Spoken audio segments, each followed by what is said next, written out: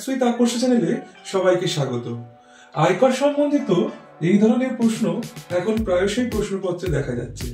আসুন দেখি এই ধরনের অঙ্ক এলে আমরা কি করে তা অতি সহজেই সলভ করতে পারি।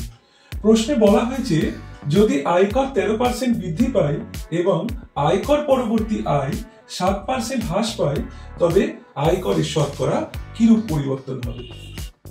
প্রশ্নে আয়কর বৃদ্ধির কথা বলেছে, আয় বৃদ্ধির কথা নয়। সাধারণত আমরা বুঝতেই পারি যদি আয়কর বৃদ্ধি পায় তাহলে আয় তো কমবেই, তাই আয়করের যে 13% সেটাই কিন্তু আয়কর পরবর্তী আয়ের যে 7% হ্রাস পেয়েছে তার সমান হবে।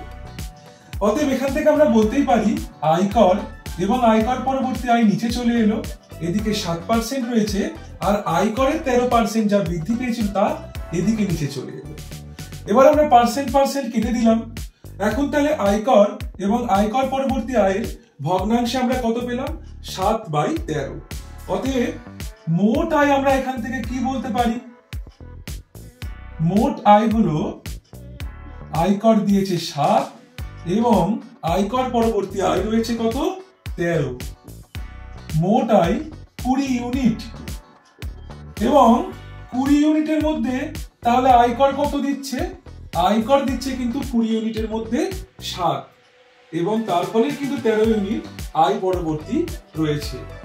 20 মধ্যে 7 আয়কর দিলে 100 মধ্যে কত দেবে? যেহেতু আমরা পার্সেন্টেজে হিসাব করছি তাই আমরা 100 দিয়ে গুণ করে পার্সেন্ট চিহ্ন বসাচ্ছি।